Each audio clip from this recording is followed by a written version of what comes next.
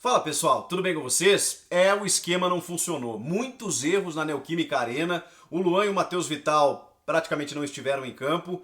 Muitos erros defensivos, falha do Cássio e uma ótima vitória do Bragantino, né? Vamos falar sobre isso? Chega mais, eu sou o Chico Garcia, inscreva-se no canal e vamos juntos!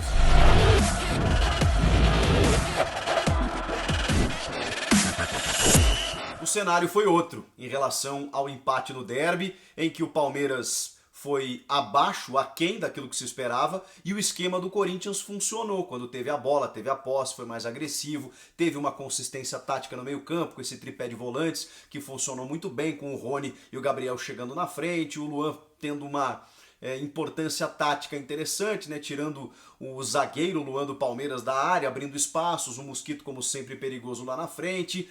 Desta vez o cenário foi completamente diferente, porque ao contrário do que o Palmeiras fez com o Corinthians, jogando em casa, de conseguir um gol a 3 minutos e depois relaxar um pouco mais, ou até tentar esporadicamente alguns ataques lá na frente e crescer até no segundo tempo, mas o Corinthians ter tido competência para segurar o empate, dessa vez o Red Bull Bragantino, que é uma ótima equipe, bem montada pelo Maurício Barbieri, que ainda assim sem o seu principal jogador, e não é apenas um jogador que acrescenta, é o craque do time, o craque da edição do Brasileirão do ano passado, o cara que não vai jogar mais no futebol brasileiro nos próximos meses, o cara da seleção olímpica, o Claudinho.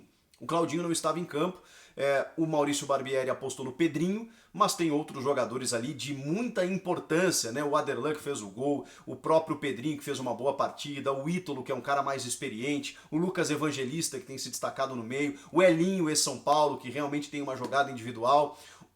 O Red Bull Bragantino ocupou o campo do Corinthians, marcou alto o tempo inteiro e o Corinthians não soube o que fazer para sair dessa situação. Eu acho até que o primeiro tempo foi, digamos, resistente do Corinthians. O Corinthians conseguiu encontrar um gol numa jogada trabalhada, em que a bola passou pelos pés de vários jogadores até chegar na direita, como sempre, na jogada do Mosquito, o Rony aparecendo na área, como o Gabrielzinho tinha feito no clássico de domingo.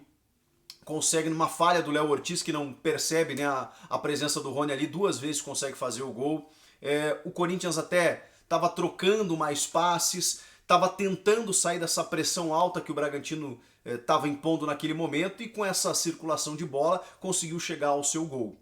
Mas ainda assim, mesmo no primeiro tempo, o Bragantino já estava ameaçando, com os chutes a média distância, com as bolas rondando a área do Cássio, aquela coisa toda. No segundo tempo, como já tem sido característica do Silvinho, ele demora muito a mexer para entender o cenário do jogo.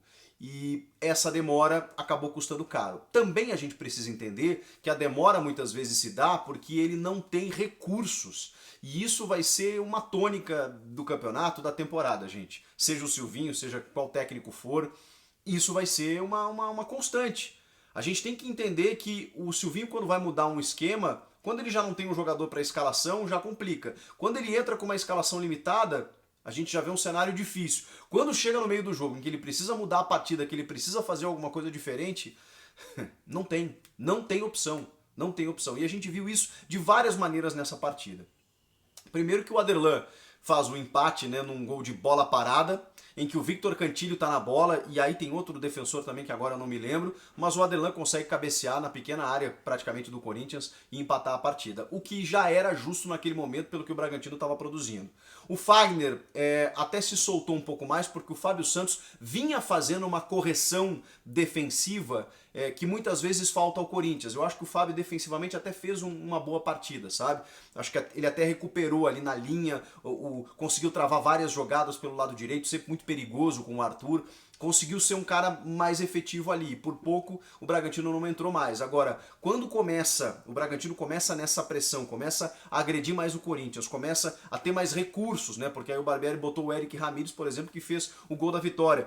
Mas mesmo sem o Claudinho, começa a ter outros jogadores mais polivalentes no ataque, você vê que o time chega com mais facilidade. E aí o gol da vitória sai numa falha dupla. Primeiro do zagueiro João Vitor, não é a primeira vez que ele falha, no derby, no gol do Rafael Veiga também ele foi um pouco mole na jogada, e dessa vez ficou pedindo uma falta que na minha opinião não existiu, ele realmente não disputou a bola, e o Cássio, que depois do jogo disse que estava relaxado, não entendo como pudesse estar relaxado numa partida para sofrer aquele gol. Acho que ele poderia ter dito que a bola veio inesperada, tudo mais. Agora, relaxado não, né?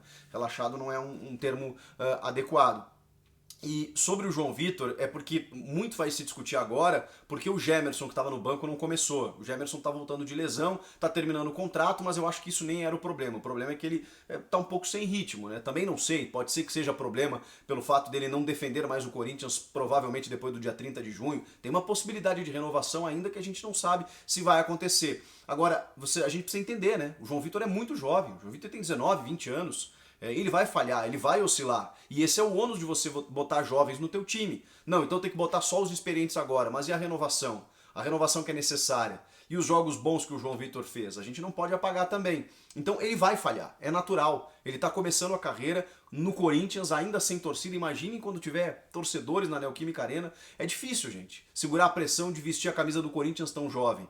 E o João Vitor falha, obviamente, porque você precisa de um sistema protegido, você precisa ter mais confiança, o time precisa estar funcionando e, obviamente, ele vai cometer alguns erros bobos que vão custar caro, como foi nesse caso. Aqui não estou nem discutindo se ele merece sair ou ficar no time. Não, só estou falando que, gente, esse é o ônus, é um preço que se paga por você revelar jovens. O Raul também cometeu algumas falhas individuais e eu acho um zagueiro promissor.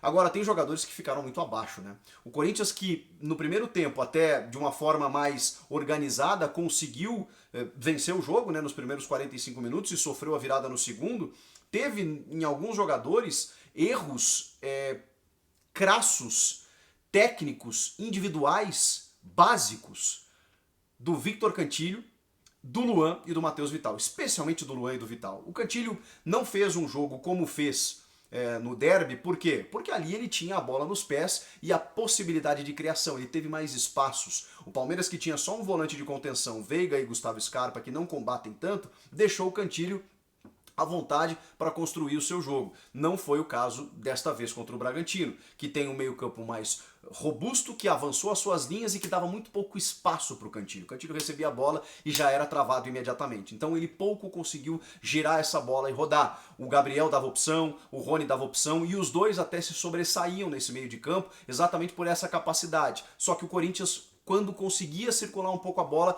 imediatamente já era travado pela defesa do Bragantino. Agora, os jogadores de criação mais técnicos e habilidosos do time, eles fracassaram, sucumbiram, naufragaram no jogo, que foi o Matheus Vital e o Luan.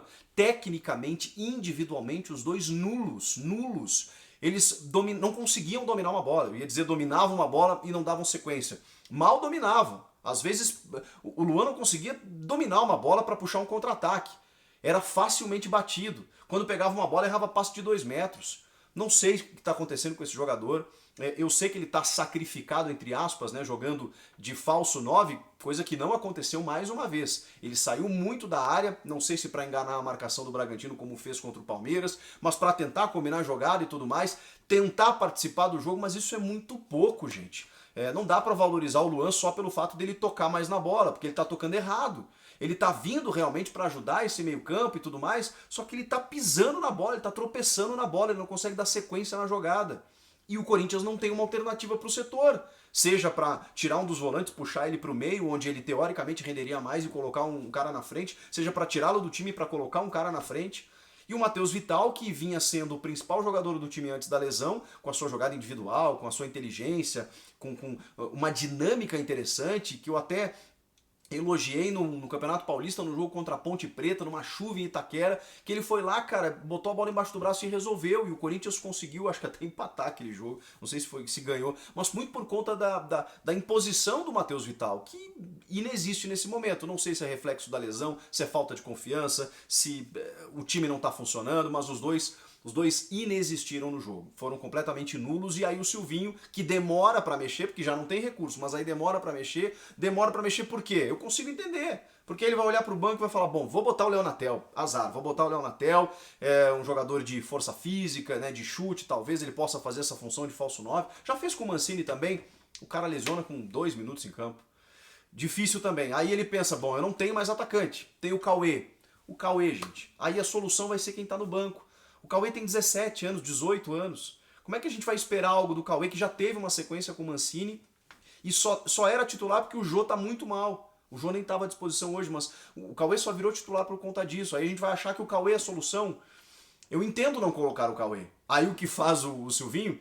Bota o Ramiro do lado direito, puxa o Mosquito para centroavante e bota o Arauz também pelo lado esquerdo. Para tentar alguma coisa. Não consegue.